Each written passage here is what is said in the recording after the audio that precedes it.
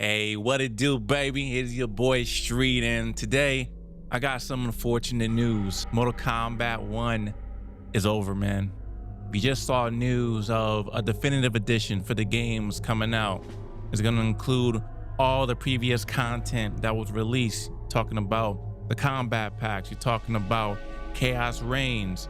They even got some additional movie skins and whatnot. But usually when a definitive edition for a game comes out, most of the time we are not expecting any other additional content moving forward. And unfortunately, it sucks because there were times where Ed Boon was even talking about how, oh yeah, we definitely have the plans for Mortal Kombat 1 to be a game that we will sustain for years and years down the line. It would not follow the traditional cycle, the 2-year cycle of, hey, we got a game that drops, we gonna support it for a little bit, drop a DLC pack on it, and then we gonna let it go and we gonna work on something else. But unfortunately, this is following the same exact trend. Mortal Kombat 1 came out in September or October of 2023. So for the fact that this game hasn't even been 2 years, if we're talking about calendar time, before Warner Brothers is saying, hey, we're gonna toss in the towel for this game. It is such a freaking shame. But then we also have to think about how for Mortal Kombat 1, the game in and of itself, from its infancy, has had such a hard hill to climb. Because even before the game came out, people already had a bad taste in its mouth because of the Cameo system. People were saying, okay, why can't we just have a Mortal Kombat game where it's 1v1? That's how we're used to playing the game. Now I understand that Mortal Kombat 9 did have a mode where it was a tag mode, but you had full control of a second character. It wasn't as if, okay, we're just using a subset of a character to kind of enhance the gameplay of the game. And I have to say, at least from my perspective, the Cameo system was something, it was definitely hit or miss for me. There were times where I said, okay, yo, I can really bust out an amazing freaking combo. And people had specific teams that they would run because they would use specific characters for very specific things. I know personally for me, I love using Leave May with Scorpion because I love being able to keep my enemy in the air with some of Scorpion's moves. But there were some times in my head where I thought to myself, yo, like I wish I could just fight 1v1 on somebody and see how it all goes down. I mean, if we're looking at the contemporaries, talking about Street Fighter 6, we're talking about Tekken 8, each one has its own problems. Let's keep it a stack from what we see on the freaking internet, where Street Fighter 6 and their character skins, as long as the game has been out, they won't have as many character skins for the game as they should. Tekken 8 with the whole heat system and the game being absolutely oppressive, trying to get back in the graces of the fighting game community. I'm someone that's definitely played Tekken 8 a lot, and even I took a break from the game just because it definitely wasn't what I thought it would turn out to be. Mortal Kombat 1 still had all of its issues too. It's just they had more issues to deal with, as well as they had a parent company that is just struggling.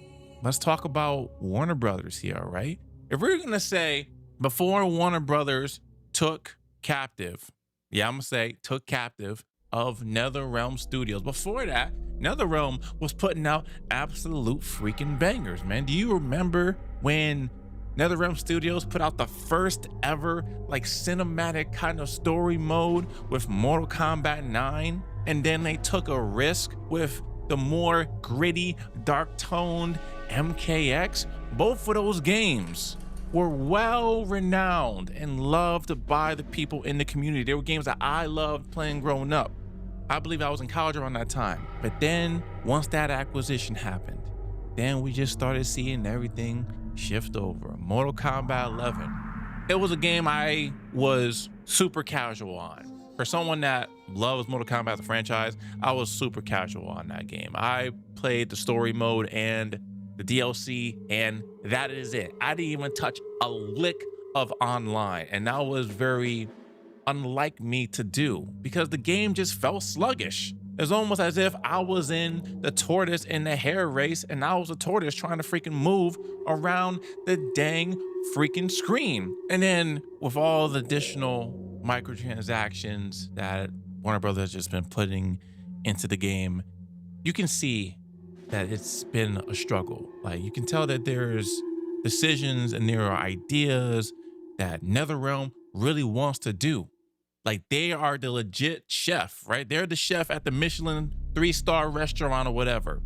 And then you have someone else come in and say, oh yeah, we don't like that dish. Yeah, you gotta remove those ingredients. We're gonna put this in there. We're gonna cook it a little bit shorter. It's gonna come out undercooked. And then look at what we have so far. If there is ever a chance that NetherRealm can stand on its own 2 feet and they put out the Mortal Kombat version that they would like to do, then shoot, I'm pretty sure everyone would be on board for it.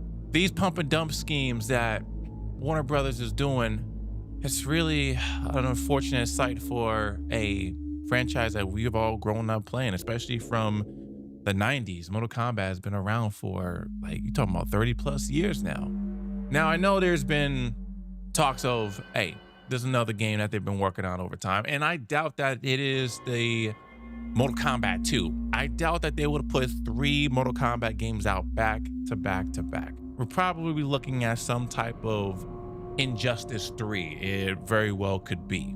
And I'm just wondering to myself, how much does this NetherRealm team have? How much does Warner Brothers have? Because I mean, there's been other things that's been going on as well that makes you think, okay, what are y'all even doing? Like, did y'all see the freaking Max? It's going back to HBO Max, but it was originally HBO Max in the first place.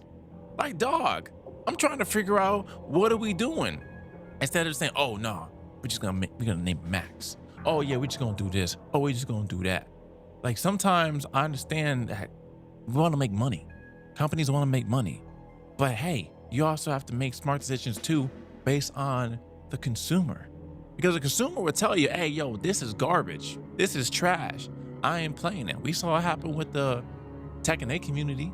They freaking, I'm not gonna say boycott season 2 of Tekken, but they let their voice be known about it. I let my voice be known about it. I love Mortal Kombat just as a franchise, just for what it's done for me as a kid, as a teen, and then also as an adult. But it's unfortunate when there are things out of our control that we know that games can truly be great, but then they're just not really allowed to. Like, look at Expedition 33. That was a game where there was only 30 people on the team, maybe 30 plus or so. And if that game was in a AAA studio, there is a good chance that it would have never came to light because there are so many freaking hands in the pot. And there probably would have been many changes that would not have led Expedition 33 to be the game that it currently is today. But yeah, just let me know what y'all think about your experience with Mortal Kombat 1. I'm curious what y'all have to say. If y'all loved it, if y'all hated it, y'all thought it was plagued by absolute nonsense or meta changes or anything of the like. And I can only hope that we get something that we can truly be excited for and not have it in our hands and go, man, this is just the same thing that we've received the last couple games from them. If you like this, hey, subscribe to my channel, see what's up with me. And if you like my commentary, let me know too. It's good talking to y'all. Y'all be easy. One love.